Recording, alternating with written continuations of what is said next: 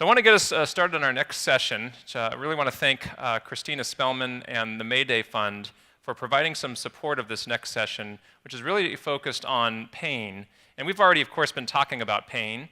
It's, as you heard from Itai Dr. Danovich, really one of the most well-worked out applications of VR is for pain.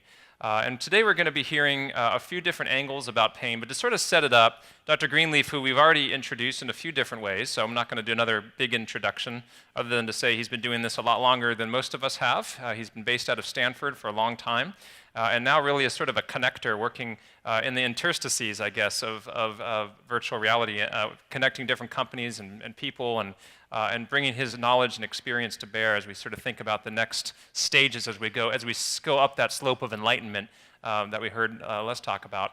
So he's going to sort of set the stage from his point of view and give us a little bit of, share his wisdom about where virtual reality has been, where it's going.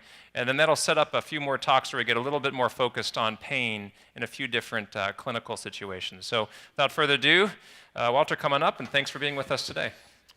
Well, thanks, Brendan. I'm very impressed by the conference. In particular, this is the first conference I've been to that has an actual rug with its logo on it.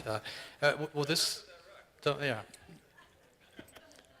I hope you put it to good use after the conference. There's another one out there, too. I am very impressed by this conference for a variety of reasons. The fantastic talks, of course, but more importantly, the people in the room. I think it's important that we form a community to support each other from all different vantage points, because as Matthew Stout pointed, there's a lot of work to be done. And we're all in it together, but I think we can move the needle and help translate VR from an academic curiosity, an academic validated intervention into something that becomes part of our healthcare of the future. So this talk I give often can take 45 minutes, but I'm going to skip every third word and push it down to 25 minutes so that we will get back on schedule. I'm pleased to be here for a variety of reasons.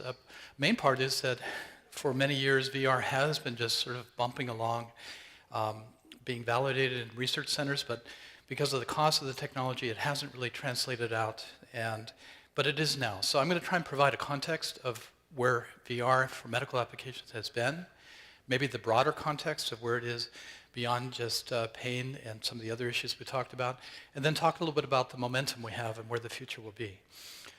When I think about the four major things that we all should be worrying about in terms of the future for our children, there's several that we all are very aware of, but the last one on my list here, the healthcare crisis engendered by the aging population, is I think something that in particular we should worry about. Because all we have to do is the math. It's not a theory, it's demographics. And if we just add 20 years of age to the existing population numbers we have now, we'll see that not too far from now, we're going to have a big problem. That we're going to be top-heavy. The number of seniors who are in their 70s, 80s, and 90s with the concomitant chronic healthcare conditions and medical problems is going to be very large. The US population has almost doubled since the 1960s, and we have smaller family sizes, so there won't be enough caregivers to help with that aging population. It's not just the US, of course, it's worldwide, and even more of a problem in some other countries. To me, the only answer is to transform healthcare with technology. And the good news, as Dan DeCraft pointed out earlier, is that there's a revolution going on, the digital health revolution, with mobile health and e-health, wearable sensors, moving it away from the point of care being the hospital, but to the point of care being where the patient is, and leveraging all the amazing things going on with the internet and social media and quantitative assessments, etc. Right now, every medical device has been moved from an analog world with paper and pencil and subjective measurements to a digital device with objective, reproducible data that can be uploaded to the internet. We also have, of course, the quantified self movement, where early adopters are measuring everything about their life and sharing that information with other people. This allows us and allows the healthcare delivery companies to really come up with some amazing systems where we have dashboards that clinicians could see, patient-facing applications, but more importantly in the middle, we're collecting a huge amount of population data. And our friends who are in the big data analytics, and machine learning, and AI systems are helping us to exploit that data to come up with precision medicine for the individual and also population dynamics, so that it's no longer 17 subpopulation of depression out there that we don't understand, but we can understand exactly what might be going on with an individual and what the right intervention might be for them. So what does this have to do with virtual reality? Well, virtual reality, medical applications of virtual reality is one of the pillars of this digital healthcare revolution. And because of the power of VR to evoke a cognitive state, for the power of VR to evoke a change, the power of VR to train and inform and educate, it's going to be one of the major driving forces behind this digital health revolution. In my opinion, it's going to be one of the major verticals for the VR, AR arena. I think gaming and education is going to get it started, and it already has. But I think the most significant market, because of the cost savings, because of the aging population that I mentioned earlier, and because of the changing demographics that we have right now, VR is going to be one of the biggest verticals. So all the large consumer electronics companies, and I know there's several here, are paying attention to this, and they've put billions of dollars into developing their technology, and they're looking for us to help it migrate from just entertainment and gaming into the vertical of the enterprise of medicine, and we're working on that. So here's my bottom line slide. Right now, the current technologies of AR and VR, although they're still at an early stage, there's some things we can't do. We can't do social VR, for example, very well. We have trouble capturing nonverbal communications such as facial expressions and body language and putting it into a virtual environment. But we're getting better at those things, and we have solutions. The cost has gone down dramatically, making it affordable for people. And we have examples of how VR has been used for the full stack of medicine, starting at prevention and wellness, going to better evaluations, improved treatments, and better chronic disease management. So I think we're at the precipice of things transitioning pretty fast. And I think it will impact all aspects of medical care, the full stack. All aspects of medicine will be impacted. And I'll give some examples of that. So I started back in 1984. I think that was probably before Brendan was born. I had more hair then, a different colored hair, and it was a different time. But we were able to do VR research. We used refrigerator-sized computers that cost $500,000 or more. We used head-mounted displays that were so heavy we had to counterbalance them with a brick. But we were able to do research. And Skip, who's here, and some of the other collaborators I've had over the years have had the opportunity to work intensively in this arena, coming up with understanding the right pathways. What works, what doesn't work, where are the shipwrecks, where is the efficacy? Now we have to redo this work with the current wave of technology, but we understand the pathway, and that's a great running start. One of the things that I find that many of the people who are getting involved in medical VR now don't quite appreciate is that there is a large amount of data that's already been collected in preliminary studies and some problems solved, like how to address some aspects of motion sickness, how to address some aspects of how to move through a virtual environment in a comfortable way. These are available by doing a search on PubMed, and they can inform your work. Now, I've had a couple false starts, as have my colleagues. Back in 2008, I went over to Sichuan, China to help after the earthquake with the post-traumatic stress, where more than 50,000 children had experienced being in buildings that collapsed. Huge amount of anxiety and stress. We were hoping to use VR environments to help train the clinicians and help work with the patients. We just couldn't do it. It was too expensive. We couldn't reach that larger population. However, after the 2017 Mexico City earthquake, the next day a group went in with some VR applications on mobile phones and helped immediately addressing some of the stress and trauma that happened after that earthquake. So we can do now what we couldn't do before, and it's only getting better. So now is the time for VR. Every major consumer electronics company has made a big bet on this technology being the platform of the future. This is a short list, but there's many out there. And by the way, when I talk about VR, I'm not just talking about fully immersive virtual environments. I'm also talking about AR and mixed reality environments. I just use VR as sort of my shorthand. And sometimes we don't have to wear something on our face. Sometimes we can step into rooms that are interactive, and I think that will be for many of the populations we work with, and especially our seniors population. Room-based VR will be an important way to go.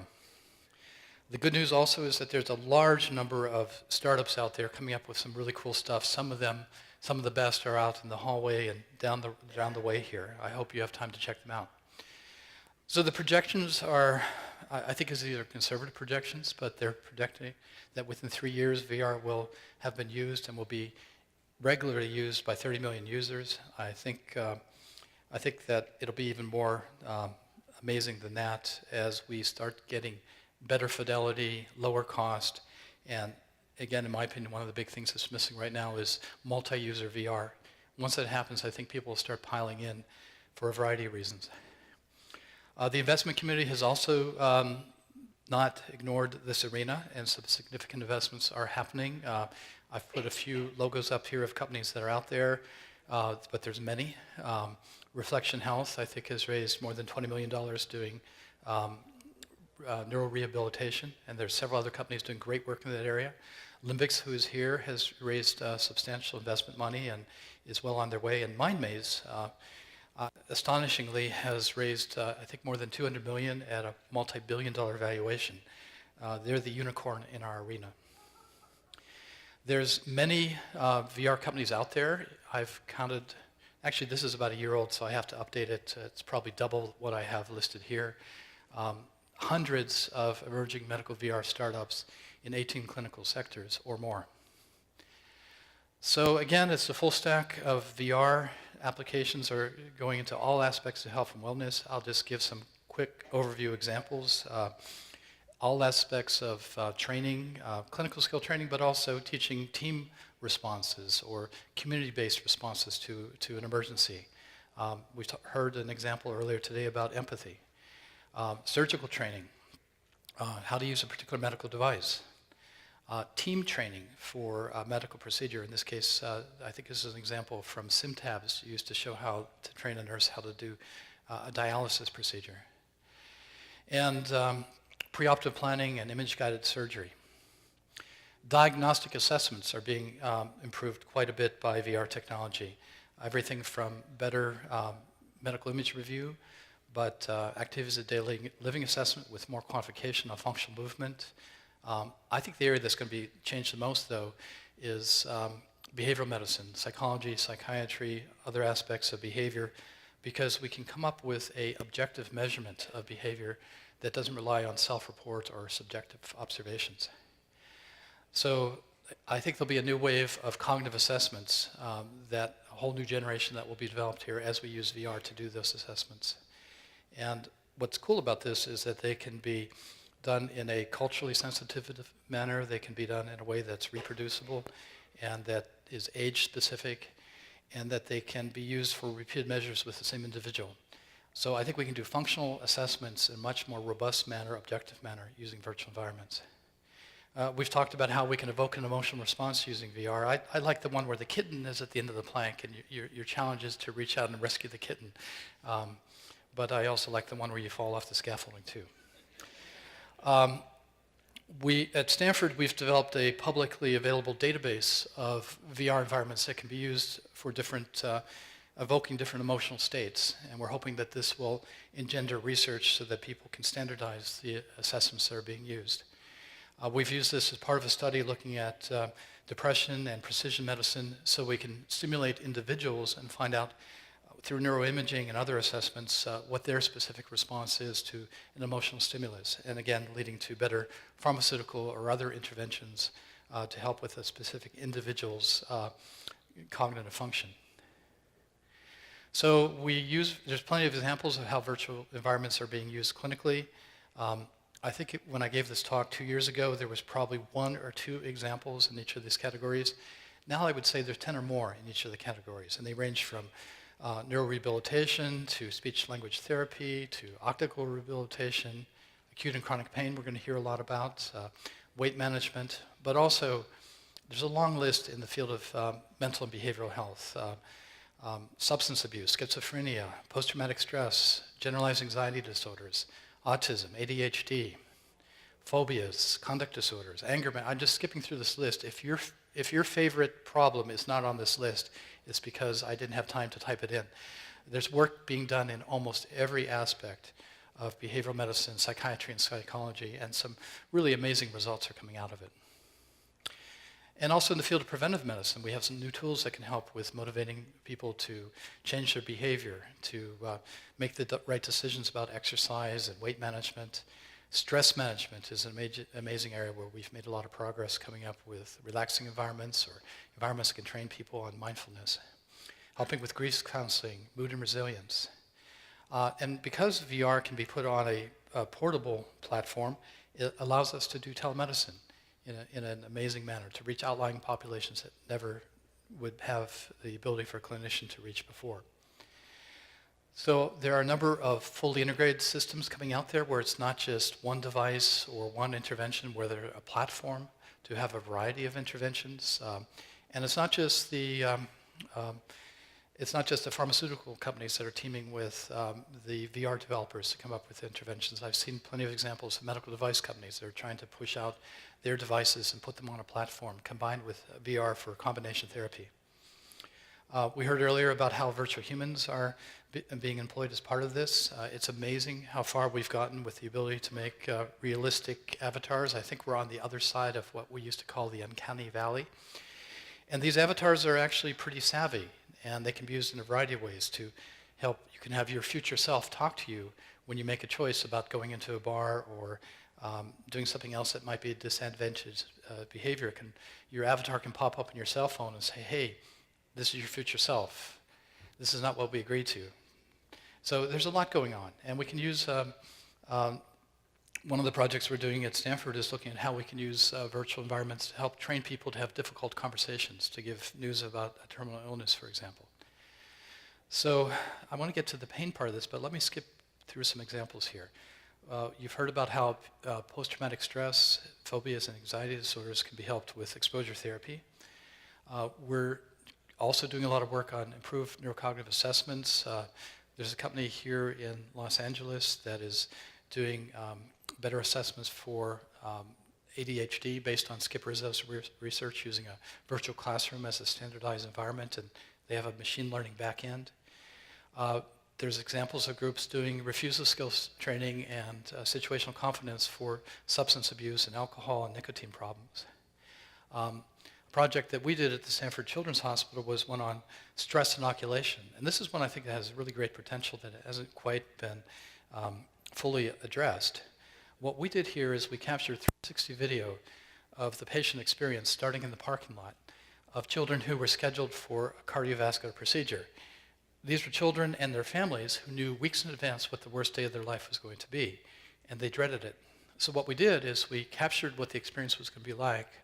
We green screened in kids who had the procedure before to serve as guides.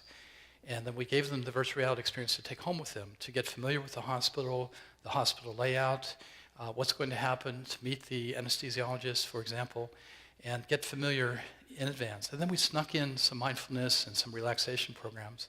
We didn't call it mindfulness training. We made them games. So the children would learn how to do diaphragmatic breathing and other relaxation skills in advance. Here's a quick video about this project, which we called Project Braveheart.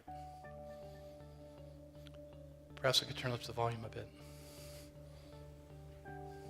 Braveheart is an interactive VR experience developed to reduce stress levels in children who will be undergoing a surgical procedure. Patients and their families are guided through a 360-degree video tour of the hospital by a virtual companion. The gender-specific tour guide provides a friendly, approachable, and relaxing tour of the facility and introductions to doctors and key hospital staff.